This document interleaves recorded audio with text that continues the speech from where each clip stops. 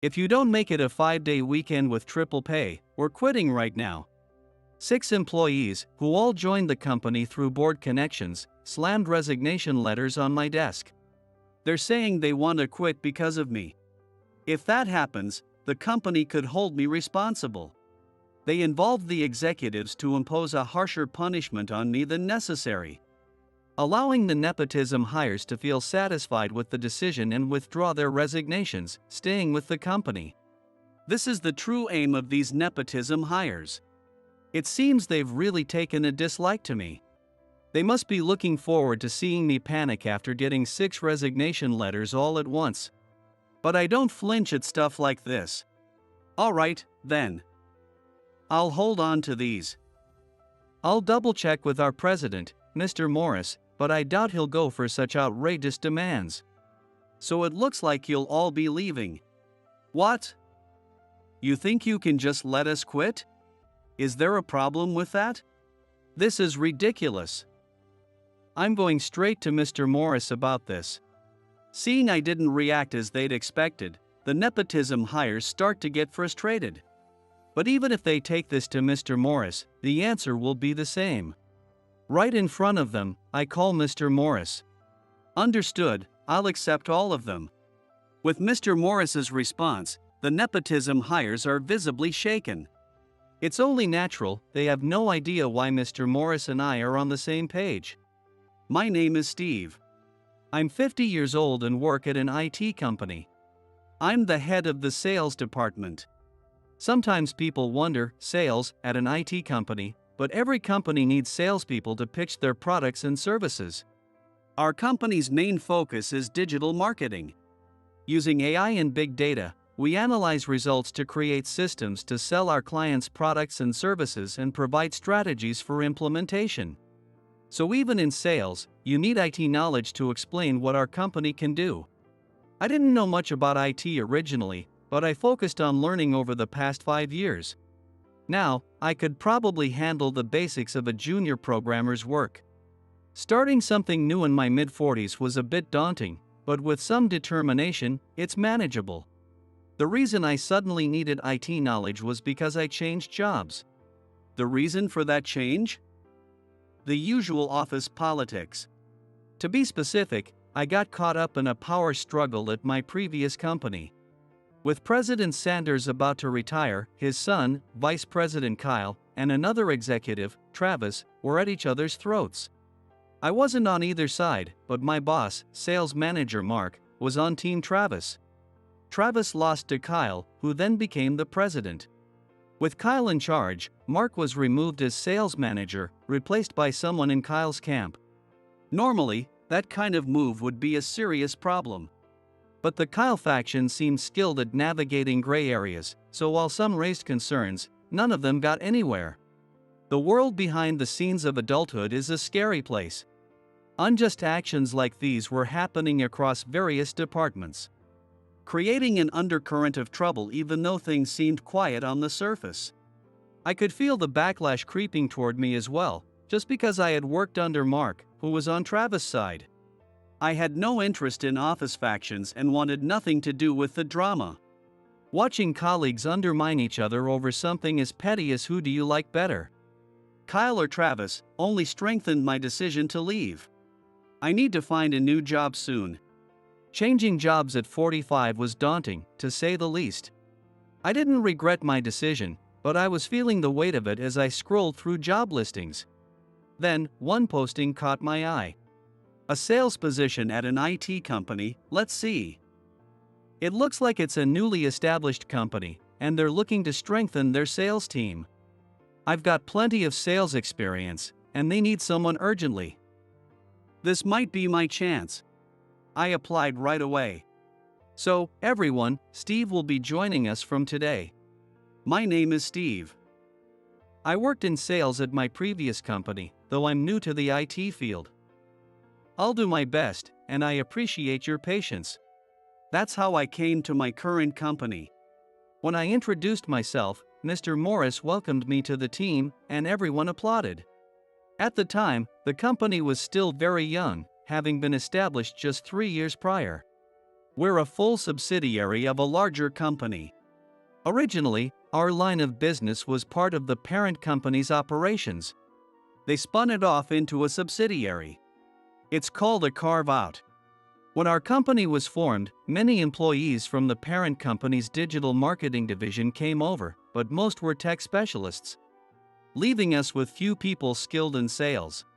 That's why they posted a sales job opening, and that's how I ended up here. Diving into an unfamiliar industry at 45 was nerve-wracking, but everyone kindly taught me about digital marketing, including data collection, analysis, and tools and software usage. The energy typical of a young company was contagious, and I felt my own motivation rising as I absorbed the atmosphere. I was so eager to learn that my colleagues seemed to think I was worth teaching. They even showed me programming basics and some hardware knowledge, things not strictly necessary for sales. Of course, I couldn't just focus on gaining knowledge. I also handled my sales tasks thoroughly. Apparently, the company had struggled seriously with a lack of sales strength and had trouble securing work. I thought, this is my chance to repay the favor, and eagerly shared my sales expertise with the sales team. As a result, the sales department grew rapidly. Recognizing this success, I was promoted from assistant manager to department head within just 5 years. That's how desperate the company was for sales expertise. Over the past 5 years, I'd been able to work without the bizarre human drama that had plagued me at my previous job.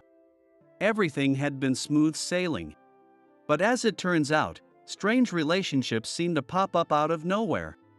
Since our auditor Mike recently retired, we'll have someone new from the parent company joining us as auditor. It shouldn't affect most of you, but keep it in mind. In the past year, 2 board members retired, with one more this year. It seems that the people who become board members in our company are often high-ranking or high-achieving employees from the parent company who join us after their retirement. A sort of corporate version of senior placement. While this practice can be criticized, the retired board members genuinely worked for the company's benefit. So I didn't see it as senior placement. But that sentiment only applied to those retired board members. The 3 new arrivals who joined since last year were different. They're not picking up the phone again. Sorry, could you check if this part of the document is correct? It's urgent. They were here around 11, so, at this hour, they're probably. I'll bet they're all over there. I often get asked by Mr. Morris to do work that technically isn't mine. Mainly, it's tracking down the board members. I've pretty much figured out their routines by now. Ah, there you are. Sorry to interrupt, but I'm here at Mr. Morris's request. Oh, it's you again. We're in an important meeting here, don't you have any sense? Well, that may be, but I'm here on direct orders from Mr. Morris. It'd be easier if he'd stop going through us and just do it himself. That Mr. Morris, no sense of what's appropriate, huh? Apparently, the 3 board members were holding a very important meeting. The venue? A private room in a fancy Japanese restaurant. The table was laden with beautifully plated seasonal dishes, and 5 empty beer bottles lined one side. It certainly looked like a high-stakes meeting. Suppressing a sigh, I handed one of the board members the documents Mr. Morris had asked me to deliver. The document wasn't particularly thick, but it was packed with detailed numbers that would take time to review carefully. But the board member merely skimmed through it for 5 seconds before handing it back. It's fine. Just go ahead and send it to the tax office. Understood. I'll let Mr. Morris know. Now that you're done, get out of here. You're interrupting our meeting. Of course. Sorry to intrude. I bowed to the board members and left the private room. I didn't leave right away, though, standing quietly just outside the sliding door. From inside, I occasionally overhear conversations about work, like I just closed a huge deal, but more often it's things like, I recently lost money in stocks, or I spent $30,000 on a family vacation, which, to me, only sound like smug, boastful tales, accompanied by laughter. I wasn't in a position to criticize the board members, and even if I did, it wouldn't change anything. Eventually, I quietly stepped away from the room. The new board members have been doing whatever they want since they arrived. For starters, they rarely come to the office, since they're on a delegation contract, not as employees. They aren't obligated to keep regular hours like the rest of us. So, simply not coming to the office isn't an issue in itself. The previous board members would also come and go, but they were diligent about their work. These new board members, however, are different. When they're not around, they're reportedly golfing, traveling, or spending entire days drinking at home. When they occasionally come to the office, it's usually just before noon, and soon after, the three executives head out together. Their destination is often an upscale restaurant, where they enjoy food and drinks under the guise of a meeting. For these board members, the office is just a convenient meeting point. If they at least handled their work properly, I'd have no complaints, but as expected, their work is sloppy. Most of their responsibilities are just dumped on Mr. Morris. Their job seems to be pretending to work. Because of their slipshod approach, all the extra work ends up falling on Mr. Morris. So, why doesn't Mr. Morris say anything to them? It's yet another adult issue, like factional rivalries. I appreciate you always handling the board members for me. I'm just swamped, and if I didn't send someone with a bit of authority, they'd likely get offended. That's fine, but is everything really okay? Yes, it's fine. Not like I could say anything even if I wanted to. One of the downsides of being a hired president. Mr. Morris smiled, taking the documents from me. He's a hired president. While he's responsible for managing the company, he doesn't wield the authority you'd typically associate with the title. In some ways, his position isn't much different from a regular employee. The executives working under Mr. Morris held high positions at the parent company. As a result, within the company, the group of executives from the parent company has more influence than Mr. Morris himself. Unable to assert his opinions or rein in their reckless behavior, Mr. Morris must be feeling quite frustrated. Up to now, the main issue had been between the board members and Mr. Morris, but their unchecked behavior is starting to affect us as well. I'm new to both sales and IT, but I'll do my best. This year, 6 months after a new board member joined, a new mid-career hire joined the team. His name was Spencer. He was hired to fill the position left by the previous assistant manager in the sales department, who had recently left. It was good to have additional personnel, but the selection and hiring process were riddled with issues. Well then, let's start by familiarizing you with the company, I said, leading Spencer around the various departments, explaining things as we went. But he seemed to have no interest in work-related topics and kept derailing the conversation. Hey, Steve, know any good spots around here with a nice vibe where you can quietly grab a drink? I want to scout out a place I could use for a date after work. I'm in the middle of explaining the development department right now. Who cares about that? You're not one of those uptight types, are you, Steve?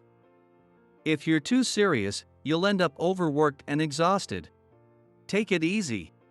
I'm the department head, showing around the assistant manager. Yet here Spencer was, laughing and giving me a hearty pat on the shoulder. It was clear he didn't take me seriously at all. I guess it's true what they say, like father, like son. Yes, this new assistant manager was the son of one of the board members.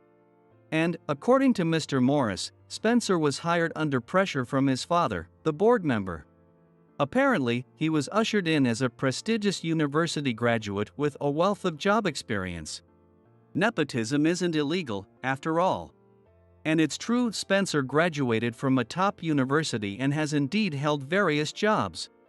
Just hearing this, one might think Spencer is an elite. On paper, he's a highly qualified addition. But there was one critical piece of information the board member neglected to mention. Hey, are your hands even moving? You don't seem to be getting anything done. What? My hands are moving, aren't they? I see you just scrolling on your phone. When I say moving your hands, I mean working, not just tapping your screen. Just taking a break here. There's a festival event in my mobile game right now. I'll get back to work as soon as I pull the character I'm after. The character? Look, I need you to actually learn the job here. If you're going to hand me such boring tasks, it's only natural I'd lack motivation, right?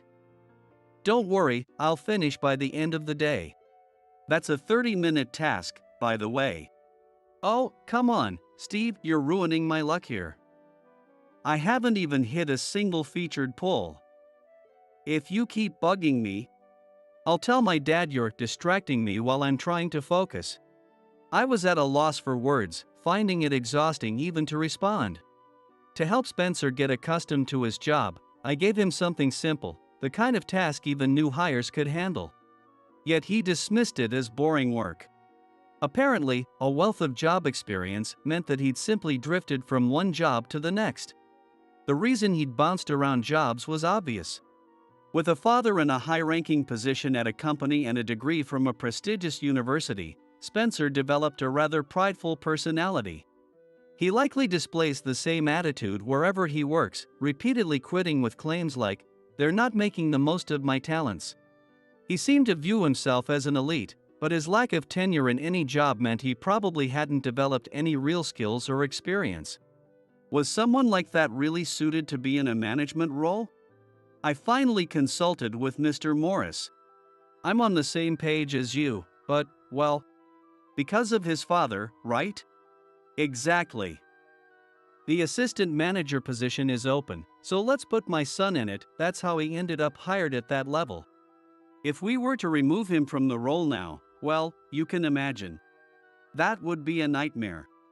Mr. Morris and I had no choice but to put up with it for now. I could still correct Spencer's behavior here and there, but making a big deal out of it was best avoided. The less I intervened, the more Spencer seemed to take after the board members. Good morning. Sorry, I got carried away last night with some friends. Spencer strolled in at 11:30 a.m. And, despite it not yet being lunchtime, he immediately started eating. Hey. What? Are you going to tell me to get to work? If I start now, I'll just be interrupted by the lunch break, and that's not efficient. It's better to skip the morning and concentrate in the afternoon, don't you think? In the end, Spencer devoted his afternoon to playing mobile games on his phone. Spencer's behavior was clearly bringing down morale around the office. The impact on me, as someone who had to interact with him directly, was especially harsh. I could feel the mental exhaustion creeping in. As if Spencer alone wasn't enough, others just like him began to spring up. I'll be joining the system support department. I'm excited to finally try a job I've been interested in. A few months after Spencer joined, a new mid-career hire was brought in. The system support department hadn't actually needed more people. Yet, they hired someone with no experience in IT and minimal knowledge of the field. This was another board member's connection. Apparently, one board member thought, if that person's son could be brought in, then so can mine, and pushed to get their own child in the door. While this new hire wasn't given a management position, I knew the struggles that came with managing nepotism hires. Of course, the third board member wasn't about to stay quiet. Thus, a third connection hire joined the company. I figured this had to be the limit, but it seemed the board members and connection hires' mindset was well beyond anything I could have imagined. Meet my girlfriend. She said she was bored with her last job, so I told her, why not join us here? Spencer had his girlfriend brought in through his father's influence, as casually as if he were inviting her to his own home. At this point, anything went. The nepotism hire in the system support department then brought in a friend. This friend, apparently the son of a CEO from another company, was hired under the pretext that it would establish a business connection. And the final straw. I'll be joining the General Affairs Department. This is my first time in an office job, so I don't know much. But I look forward to learning. A young woman in her early 20s, not a relative of any board member, was brought in. According to Mr. Morris, she was a regular at one of the board members' favorite places. In this case, I couldn't see any logic or adult considerations behind the hire. Allegedly, she'd once mentioned, working at an IT company sounds cool. I'd love to be able to say that. So, the board member had said, "Then join us. I have no prejudice against people who work in the nightlife industry." However, it was obvious this young woman was here purely on a whim. My condolences to the General Affairs Department. Within mere months of Spencer's arrival, the number of nepotism hires had grown to 6. Not a single one of them took their work seriously, every one of them was a Spencer type. And since they were all the same type, with the shared trait of having joined through connections, they quickly bonded into a single group. The kind of people who, once grouped, become emboldened, the nepotism hires' behavior only became worse. "All right, good work, everyone." One day, just past closing time, I heard loud voices coming from a meeting room that wasn't supposed to be in use. I had a pretty good idea of what was going on, but I had to check to be sure. With a heavy feeling in my chest, I stood up from my chair and headed toward the meeting room. "Oh, Steve. Great to see you. What are you guys doing?" "Just having a little party." Everyone wanted different things to eat, so we all picked up what we wanted and decided to have some drinks here. The large table in the meeting room was covered with pizza, fried chicken, something that looked like Korean food, all giving off a delicious aroma. They also had a wide variety of alcoholic drinks. It was quite the party. The only issue was that it was taking place in a company meeting room. "Hey, Steve, want to join us for a bit?" "No, thanks. I still have work to do." "Ah, you're as serious as ever. There are still people working around here. Try to keep it down." Yeah, we got it." Already drained from dealing with these nepotism hires, I left the meeting room in a sort of mental autopilot. For now, I figured that was all I could do. In the end, the boisterous laughter of the nepotism hires repeatedly echoed through the walls of the meeting room. And things on the worksite continued to go downhill. "Spencer, do you have the materials I asked for?" Not yet. Don't say that like it's no big deal. I told you before, this kind of simple work just doesn't motivate me. I mean, I'm an assistant manager. When am I going to get a real task?" I thought I was assigning Spencer work that matched his actual abilities rather than his title, but he clearly didn't appreciate it. Knowing he likely wouldn't get the work done, I'd quietly assign the same task to another team member as backup. As things stood, Spencer was contributing nothing. But as a manager, part of my job is to utilize our team effectively. So, I decided to give Spencer a slightly more challenging task, just to see how he'd handle it. "Fine. We have a major negotiation coming up soon. How about you prepare the sales materials for it? We've already assigned the lead. So you won't be involved in the actual negotiations, but if your materials are good, we'll use them. It's an important presentation for a major deal." "That's more like it. I've been waiting for something like this." "Alright then, here's the client's information, this is research on the industry, and here are the compiled client requests. You don't have to explain everything in such detail." "Okay, if you're sure. You've got 5 days, so take your time and do it thoroughly." Spencer seemed genuinely excited to dive into the task, like a kid with a new toy. As for the sales materials, I'd already completed them myself. If Spencer managed to make something better, I'd genuinely use his version, but given his history of job hopping, I doubted it. Still, he did graduate from a prestigious university. So he might surprise me and create at least a part that's better than mine.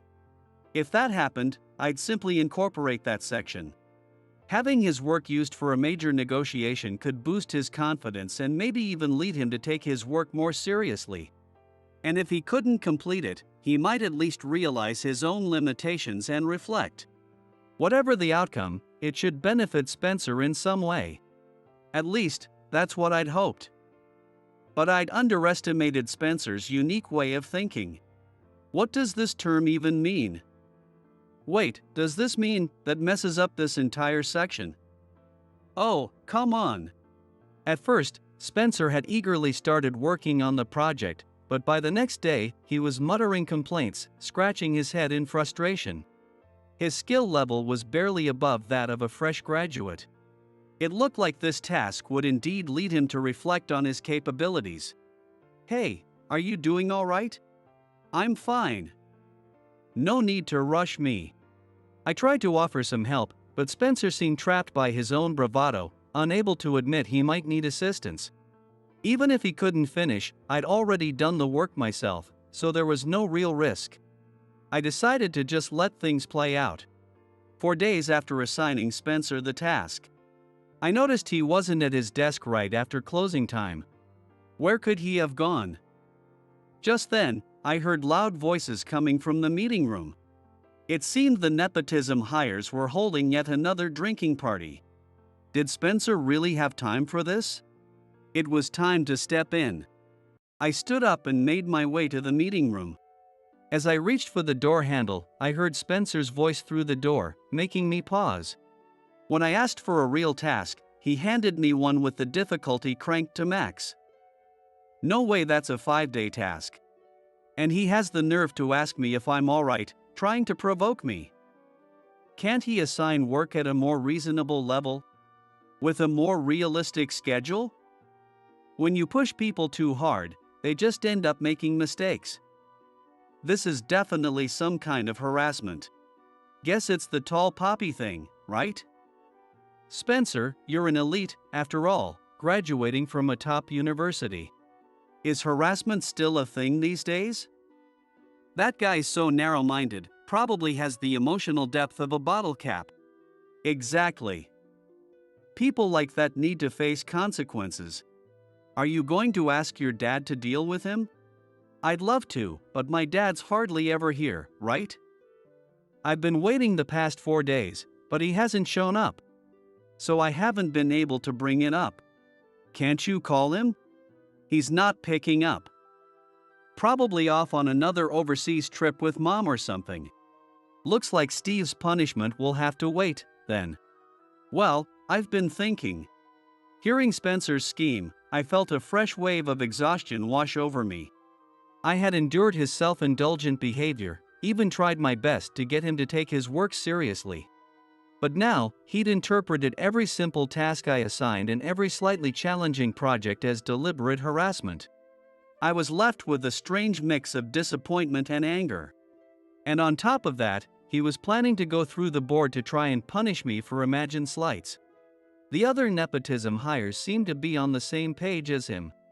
Their mindset wasn't just out of left field, it was practically orbiting the moon. With the backing of the board, these hires treated the company like their personal playground, stirring up chaos. I'd hoped there was still a path forward for them, but it was clear now that no such path was needed. Soon enough, their backing would be removed, and they'd get a taste of the real world. Back at my desk, I picked up the phone. The next day, while I was working, the 6 nepotism hires lined up in front of my desk. They all have smirks on their faces, each holding a resignation letter in their hand. I already knew what they were going to say, having overheard their plans in the meeting room yesterday. If you don't make it a 5-day weekend with triple pay, we're quitting right now. At Spencer's cue, they slammed their resignation letters onto my desk. The nepotism hires from other departments were here too, likely to create the appearance that 6 employees want to quit because of me. If they could pull that off, I'd be held responsible. Then, with the board's intervention, they'd impose a harsher punishment on me, which would allow the nepotism hires to graciously withdraw their resignations and stay. As long as they submitted the letters, the board would handle the rest, so the reason didn't matter. They'd chosen an absurd demand like 5-day weekends with triple pay, knowing it would never be granted. Just as they'd planned yesterday.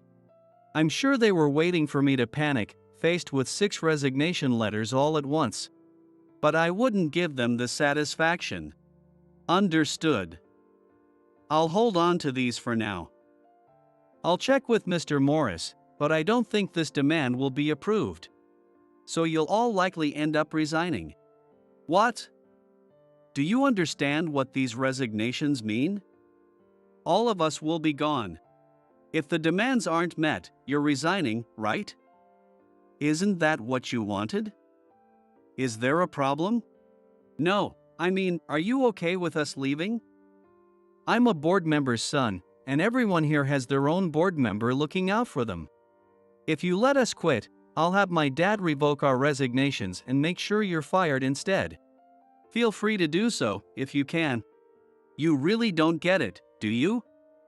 This is pointless. I'll just go straight to Mr. Morris. He's my dad's puppet anyway, so he'll listen to me. No need to make a fuss. Mr. Morris has been swamped, so let me just give him a call for you. I picked up my desk phone and dialed with the speaker on so the nepotism hires could hear. Hello, Mr. Morris, sorry to bother you when you're so busy. This is about what we discussed over the phone yesterday evening. Oh, you mean Spencer and the others' resignations? What? They submitted resignations, saying they want 5-day weekends and triple pay, and I'm holding on to them now. What would you like me to do? Got it, let's accept them all. Hand the resignation letters to HR. Understood. How's everything on your end? Busy with all the follow-up, but nothing unmanageable. All right then. I'll proceed as we discussed. Yep, I'll leave it in your hands. Ending the call, I gently placed the receiver down. And I looked up at the nepotism hires. They couldn't hide their shock. I could tell they had a lot of questions for me. As their manager, I thought I'd answer them thoroughly. How did he know about our plan yesterday? I heard your little scheme outside the meeting room. You were talking so loud it was impossible not to overhear. I figured since you're planning to have your fathers back you up, you didn't care who overheard. So that's why you called Mr. Morris yesterday. But why would he accept our resignations so easily?